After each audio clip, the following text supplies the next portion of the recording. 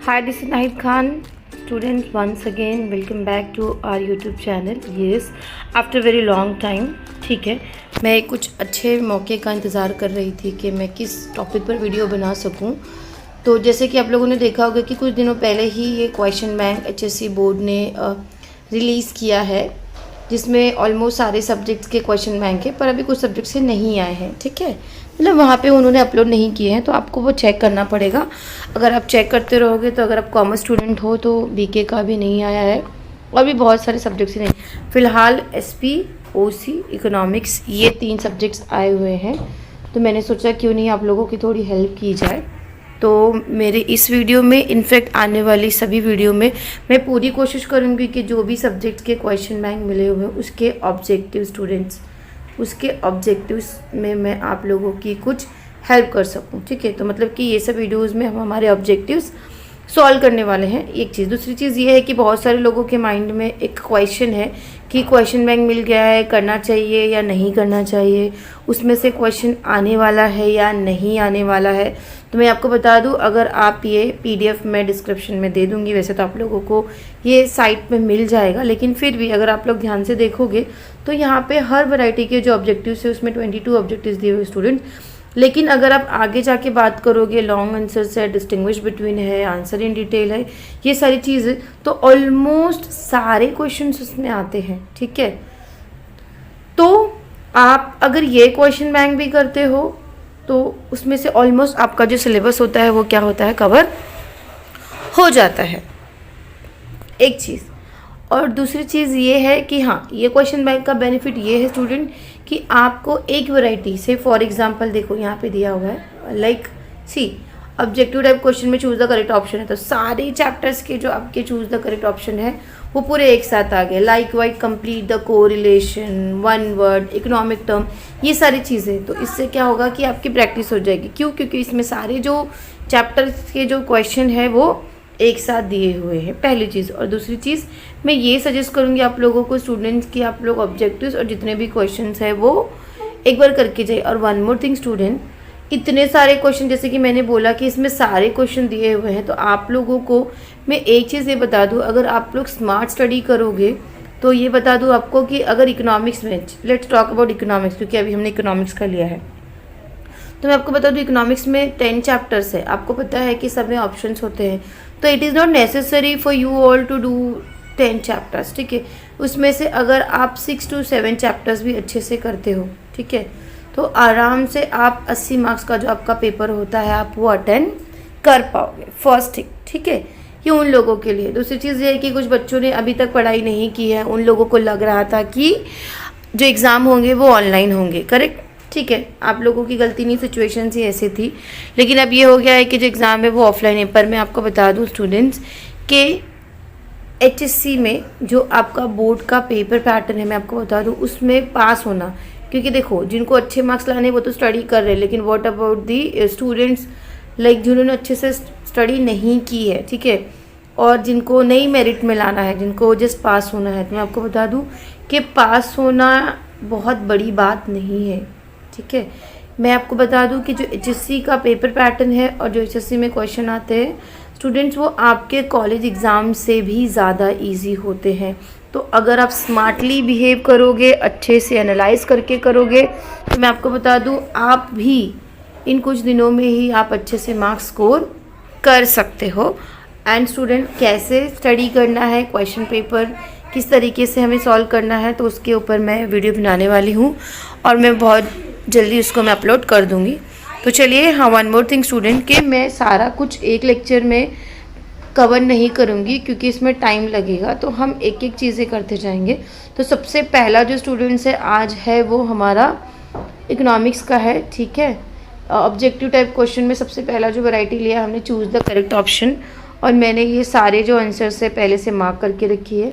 यहाँ पे सिर्फ और सिर्फ हम डिस्कस करेंगे कि कैसे उसको हमें, ये आंसर है तो क्यों है। ठीक है, कभी भी याद रखना कि अगर आपका कंसेप्ट क्लियर है, ठीक है, और अगर आप आंसर को अच्छे से प्रॉपर इंटरप्रिटेशन कर रहे हो आंसर का, तो आपके लिए कोई भी ऑब्जेक्टिव्स अटेम्प्ट करना डिफ़िकल्ट नहीं होगा। ठीक है, so you should be clear about your concept. तो once you are clear about your concept तो definitely you will score 20 out of 20. आपके पेपर में जो ऑब्जेक्टिव्स होते हैं वो 20 मार्क्स के होते हैं.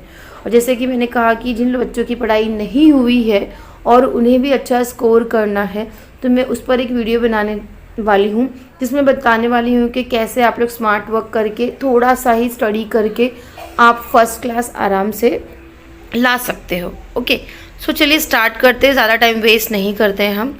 तो सबसे पहला जो क्वेश्चन है स्टूडेंट वो है हमारा scope of micro economics.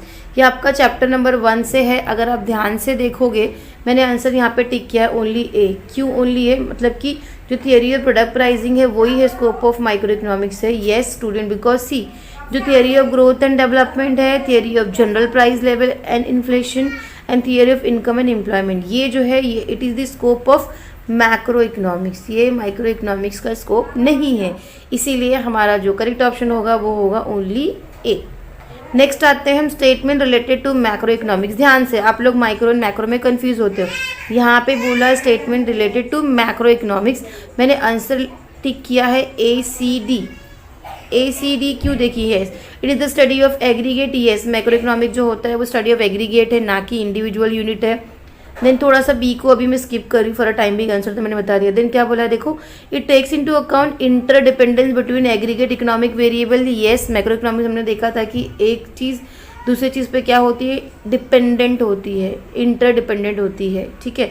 And third one था हमारा it is a policy oriented science. Yes, government जो होती है इसका हेल्प ले सकती है टू फ्रेम द पॉलिसीज़. अब ये जो सेकंड ऑप्शन दिया हुआ था हमारा B, it is based on certain assumption. तो मैं आपको बता दूं मैक्रो इकोनॉमिक्स किसी अजम्पशन पे बेस्ड नहीं होता है. इनफैक्ट स्टूडेंट माइक्रो इकोनॉमिक्स जो होता है, माइक्रो इकोनॉमिक्स वो अजम्पशन पे बेस्ड होता है. ठीक है. तो इसीलिए हमारा जो करेक्ट ऑप्शन था वो 4 था, दैट इज़ ACD. डी जो है वो मैक्रो इकोनॉमिक्स के स्टेटमेंट से रिलेटेड नहीं है. नेक्स्ट आता है हमारा exceptions to the law of diminishing marginal utility. ध्यान से स्टूडेंट, बहुत सारे बच्चे कंफ्यूज हो जाते हैं. Law of diminishing marginal utility और लॉ ऑफ डिमांड और सप्लाई को रिलेट करते हैं. यहाँ पे हम DMU की बात कर रहे हैं. सो यहाँ पे रिलेटेड टू खाने पीने की चीज़ होगी. ठीक है. और हमारा बिहेवियर होगा, हम कोई चीज़ खाएंगे और पियेंगे. तो एक्सेप्शन में मतलब क्या होगा, जहाँ पे हमारा जो लॉ ऑफ DMU है वो काम नहीं करेगा, इट विल नॉट वर्क. तो मैं आपको बता दूँ हॉबीज़ जो था येस हमने देखा था. ऑप्शन पहले हम लोग देखो आंसर पे जाते हैं क्योंकि मैंने टिक किया तो ऑलरेडी आप लोग इतने तो समझदार हो. मैंने थर्ड आंसर को टिक किया है BCD. मैंने उसमें A नहीं लिया क्योंकि बताती हूँ क्यों. बिकॉज सी स्टूडेंट हॉबीज़ जो है one of the exception to the law of DMU है. इवन माइजर जो है वो भी one of the exception to the law of DMU. और मनी भी. जिन लोगों ने पढ़ा होगा उनको पता होगा क्यों एक्सेप्शन है. बिकॉज सी हॉबीज़ में लोगों को जिस चीज़ की हॉबी होती है उन्हें वो चीज़ जितना मिले, जितना ही वो चीज़ उनको मिले, चाहे वो खाएं, चाहे वो पिए, चाहे वो उस चीज़ को एंजॉय करें. म्यूज़िक हो गया या कोई भी चीज़ हो गई, तो उसमें जो उसकी यूटिलिटी होती है वो कम नहीं होती है. माइजर में भी वही चीज़ है और इवन मनी में भी. अगर मैं आपको पैसा देती जाऊँ तो आप कभी भी मना नहीं करोगे. और ये जो है हमारा कार्डिनल मेजरमेंट स्टूडेंट, तो मैं आपको बता दूँ it is not the exception to the law of DMU, it is one of the assumption to the law of DMU. Assumption of law of DMU में हमने देखा था कि यूटिलिटी जो होती है हम उसको in terms of numbers measure कर सकते हैं, लेकिन ऐसा नहीं है. तो यहाँ पे क्वेश्चन क्या पूछा है, एक्सेप्शन. तो इसीलिए ए हमारे ऑप्शन में नहीं आता है. तो बचता है क्या हमारा BCD,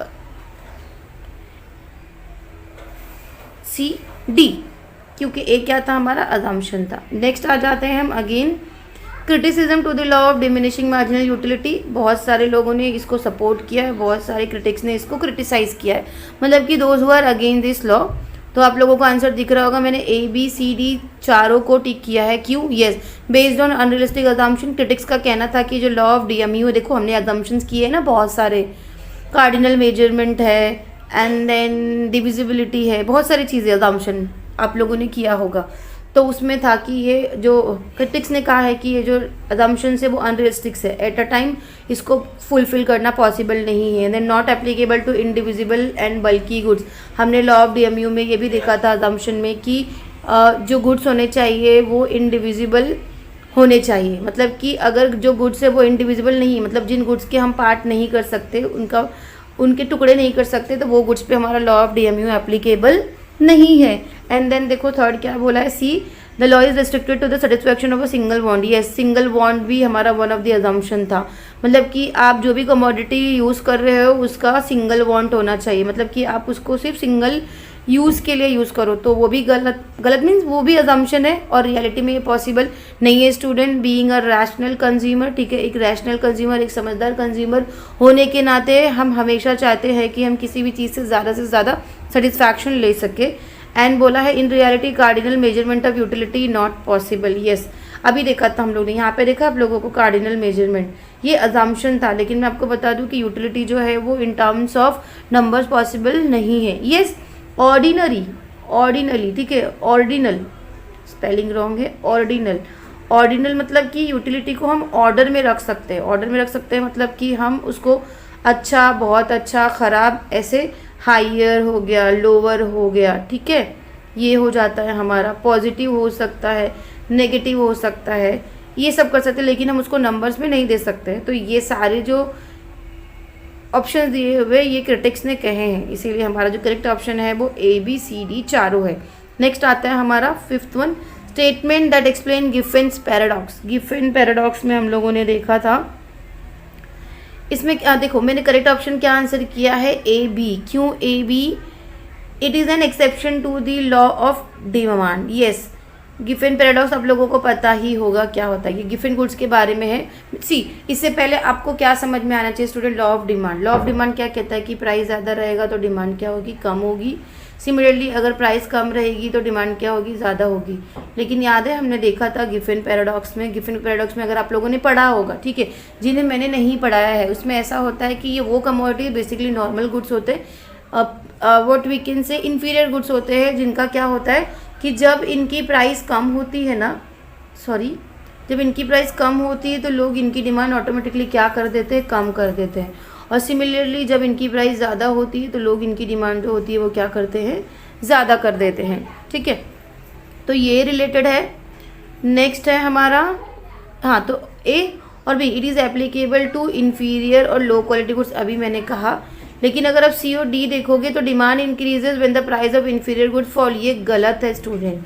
अभी मैंने कहा कि जब इन्फीरियर गुड्स की प्राइस कम होते हैं तो उनकी डिमांड भी क्या हो जाती है, कम हो जाती है, इसीलिए ये स्टेटमेंट रॉन्ग है। Again it was identified a professor Alfred Marshall, नहीं स्टूडेंट्स, इनको अल्फ्रेड मार्शल ने नहीं आइडेंटिफाई किया था, इन्हें इस स्टेटमेंट को, इस गिफिन पैराडॉक्स को सर रॉबर्ट गिफिन ने आइडेंटिफाई किया था। तो इसीलिए जो लास्ट के दो ऑप्शन होते हैं वो हमारे एलिमिनेट हो जाते हैं, तो हमारा जो करेक्ट ऑप्शन होता है वो होता है A and B।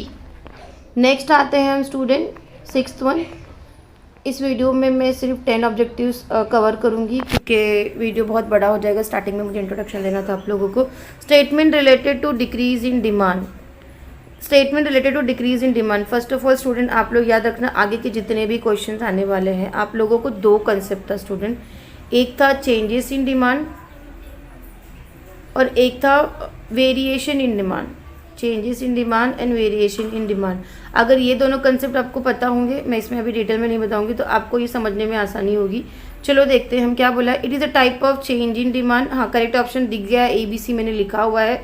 Why not D, तो चलो हम जो रॉन्ग ऑप्शन है हम उसकी बात करते हैं। Demand curve shift to the right hand side of the original demand curve, नहीं, इसमें जो डिमांड कर्व होता है वो राइट हैंड साइड में शिफ्ट नहीं होता है। इनफैक्ट जब डिमांड डिक्रीज होगा, डिक्रीज इन डिमांड, तो आपका जो डिमांड कर्व होगा वो टूवर्ड द लेफ्ट शिफ्ट होगा, ना कि टूवर्ड द राइट। ये तो इंक्रीज इन डिमांड में होगा, ठीक है। नेक्स्ट आता है statements that are incorrect in relation to perfectly inelastic demand. यहाँ पे मैंने देखिए ड्रॉ किया है, मैं फिर से ड्रॉ करती हूँ। ये क्या बोला है कि जो statement perfectly inelastic demand curve को लेकर इनकरेक्ट है उसके बारे में उसे हमें फाइंड आउट करना है। तो मैंने यहाँ पे B और C मार्क किया है। तो बिफोर दैट पहले मैं फिर से वो डायग्राम ड्रॉ कर दूँ। देखो ये हमारा X एक्सिस है और ये हमारा Y एक्सिस है, ठीक है। और यहाँ पे इनइलास्टिक बोला है, इनइलास्टिक मतलब क्या होता है स्टूडेंट, यहाँ पे हम क्वांटिटी डिमांड शो करते हैं और यहाँ पे हम प्राइस शो करते हैं। तो अगर ये मेरा ओरिजिनल प्राइस है और ये मेरी ओरिजिनल क्वांटिटी, ठीक है, तो अगर प्राइस कम होता है या फिर प्राइस ज़्यादा होता है तो भी जो मेरी डिमांड होगी वो क्या होगी, एज इट इज़ होगी। तो ये है आपका परफेक्टली इनइलास्टिक डिमांड कर्व का ऐसा रफ डायग्राम। अब हम देखते हैं मैंने बी सी को इनकरेक्ट क्यों किया है। देखो हम क्या करेंगे पता है स्टूडेंट, थोड़ा वरना वीडियो क्या होगी बहुत लंबी हो जाएगी। मैंने आंसर पहले से मार्क किया है और मैं ये अज्यूम करके चलती हूँ कि आप लोगों ने स्टडी किया है।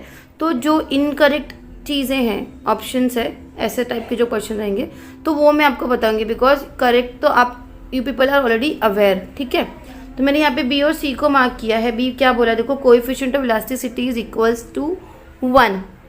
यहाँ पे क्या बोला है कि मतलब सिम्बॉलिकली अगर हम इसको लिखेंगे तो वो ईडी इज इक्वल्स टू 1 है, लेकिन मैं आपको बता दूँ ये तो जगह से हिला भी नहीं ना, हमारी डिमांड जो है वो बढ़ी ही नहीं है। तो ये ED is equals to student 0 होता है, ना कि 1 होता है। जो 1 होगा वो तो यूनिटरी इलास्टिक में होगा, पहली चीज़। फिर दूसरी क्या था, see demand curve is horizontal line parallel to X axis.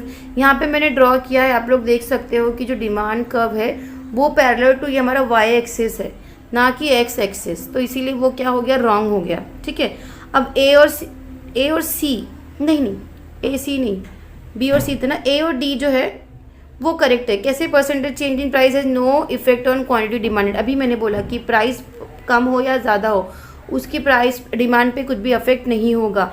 Similarly it is a type of price elasticity of demand. Yes, price elasticity of demand के 5 टाइप्स है और वो उसमें से जो है ये वन ऑफ द टाइप है। ठीक है, तो जो हमारा ए और डी है वो करेक्ट ऑप्शन है और हमें आप लोग ध्यान से करना क्योंकि ये गलती हो जाती है। यहाँ पे इनकरेक्ट बोला स्टूडेंट, इसीलिए हमारा जो ऑप्शन है वो बी और सी है। नेक्स्ट आते हैं, और ऐसे क्वेश्चन बहुत ही डेंजरस होते हैं। Statement that are related to cross elasticity of demand. अब मैं बता दूं आपको, पहली बात तो ये कंफ्यूज मत होना, ऐसे भी क्वेश्चन पूछ सकते हैं वो लोग कि जो क्रॉस इलास्टिसिटी ऑफ डिमांड है, जो मैं पहले आपको बता दूं, ऐसे भी क्वेश्चन आ सकता है कि of demand is a type of price elasticity of demand, तो विच इज़ रॉन्ग मैं आपको बता दूं। क्रॉस इलास्टिसिटी ऑफ जो डिमांड है वो types of elasticity of demand है। आप लोग ने कंसेप्ट देखा होगा इलास्टिसिटी ऑफ डिमांड में, CID से हमने देखा था cross income elasticity and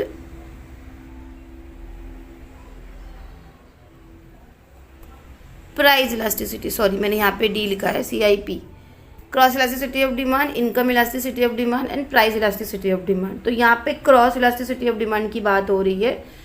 option देखो क्या बोला, अब यहाँ पे रिलेटेड टू बोला, changes in quantity demand of one commodity due to changes in price of other commodity. हाँ, पहले देखो करेक्ट ऑप्शन आप लोगों को दिख रहा होगा, मैंने ABC को मार्क कर दिया येस, क्योंकि क्रॉस का मतलब ही यही होता है कि हम दो कमोडिटीज़ को लेते हैं। से फॉर एग्जांपल अगर मैंने टी लिया और कॉफ़ी लिया, तो अगर टी के प्राइस में कुछ भी चेंजेस होगा तो कॉफ़ी की डिमांड में क्या अफेक्ट होगा, ये सब चीज़ें हम ऑब्जर्व करते हैं ये वाले टाइप में। तो ये तो हो गया करेक्ट है। Then it is a type of elasticity of demand, अभी मैंने आपको बोला। ठीक है, देखो ये यहाँ पर है, मैंने तो देखा भी नहीं था। एंड C1 है, it is applicable to complementary goods and substitute goods. ये स्टूडेंट, ये जो है दो गुड्स टी और कॉफ़ी जो मैंने एग्जाम्पल लिया था वो क्या था, सब्सटीट्यूट था। ऐसे ही अगर मैं कार और पेट्रोल ले लेती हूँ तो वो क्या हो जाएगा, कॉम्प्लीमेंट्री गुड्स हो जाएगा। तो ये जो क्रॉस इलास्टिसिटी ऑफ डिमांड जो कंसेप्ट है वो दोनों ही गुड्स पे एप्लीकेबल है। और हाँ, it is express EY, E stand for elasticity, Y stand for income elasticity. तो मैं आपको बता दूं कि ये गलत क्यों है, क्योंकि यहाँ पे इनकम इलास्टिसिटी दिया हुआ है तो Y जो है वो इनकम के लिए डिनोट होता है, मतलब कि ये जो फॉर्मूला है वो इनकम इलास्टिसिटी ऑफ डिमांड का है, ना कि क्रॉस इलास्टिसिटी ऑफ डिमांड का। इसीलिए हमने यहाँ पे, अगर ये क्रॉस इलास्टिसिटी का होता तो यहाँ पे EC होता, इसीलिए ये जो आंसर है गलत है। ठीक है, नेक्स्ट आता है हमारा 9th one and second last one in this video, statements related to concept of stock. ध्यान से आपको डिस्टिंग्विश बिटवीन भी पूछता है स्टॉक एंड सप्लाई के बारे में।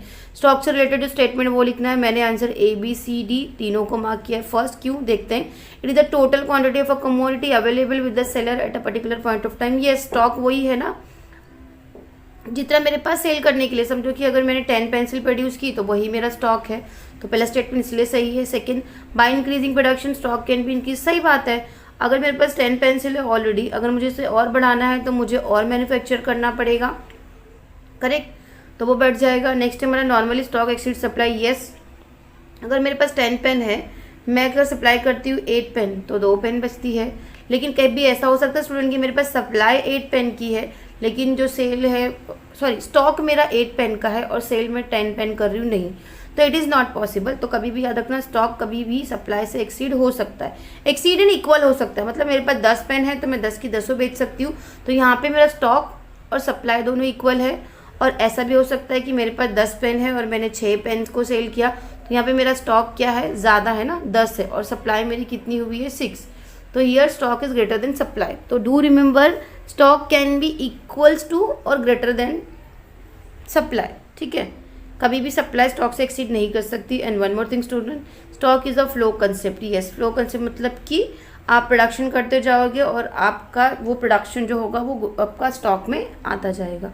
तो it is a flow concept, ये स्टैटिक नहीं है या फिक्स नहीं है। इसीलिए हमारा जो करेक्ट ऑप्शन है वो है ABCD एंड लास्ट अभी फ़िलहाल आज के लिए। Exception to the law of supply, law of supply की बात हो रही है। करेक्ट ऑप्शन मैंने लगाया ओनली C। क्यों A, B और D क्यों नहीं? कांस्टेंट कॉस्ट ऑफ प्रोडक्शन ये एक्सेप्शन नहीं है बेटा, ये अजम्पशन है। Constant technical production again it is assumption to the law of supply. And no change in weather condition ये भी अजम्पशन है लॉ ऑफ सप्लाई का। तो आपका एक्सेप्शन सिर्फ और सिर्फ C है, that is does not apply to the agricultural goods. तो मैं आपको बता दूं, जैसे सप्लाई का पूछा है वैसे ही डिमांड के भी ऑब्जेक्टिव्स आते हैं, तो आपको ध्यान देना है। So in this video this much only. Next video में हम कंटिन्यू करेंगे 11 से फीचर्स ऑफ ओलिगोपोली, और हम 1 बाय 1 कंप्लीट करते जाएंगे। हियर यू कैन सी, आप लोगों के पास तो PDF होगा ही, लेकिन फिर भी मैं डिस्क्रिप्शन बॉक्स में दे दूँगी ये, क्योंकि आंसर मार्क किए हुए हैं। और इंशाल्लाह I will try to complete all the objectives, ठीक है। जो भी आंसर है मैं आपको देने की कोशिश करूँगी, ताकि इससे आप लोगों की थोड़ी सी भी हेल्प हो जाए। सो अगर आप लोगों को ऑब्जेक्टिव्स में कुछ भी हेल्प चाहिए तो हमारे चैनल से प्लीज़ बने रहिए। और अगर आप अभी तक आप लोगों ने हमारे चैनल को सब्सक्राइब नहीं किया होगा तो स्टूडेंट डू सब्सक्राइब। एंड अगर आप लोगों को वीडियो अच्छी लगी तो लाइक भी करें और अपने फ्रेंड्स के साथ में, HSC फ्रेंड्स के साथ में शेयर भी कीजिए, ताकि उनके एग्ज़ाम की प्रिपरेशन में हेल्प हो जाए। और आप सभी को अभी से नाहिद खान की तरफ से all the best, do well. Thank you so much, thanks for watching the video student, thank you.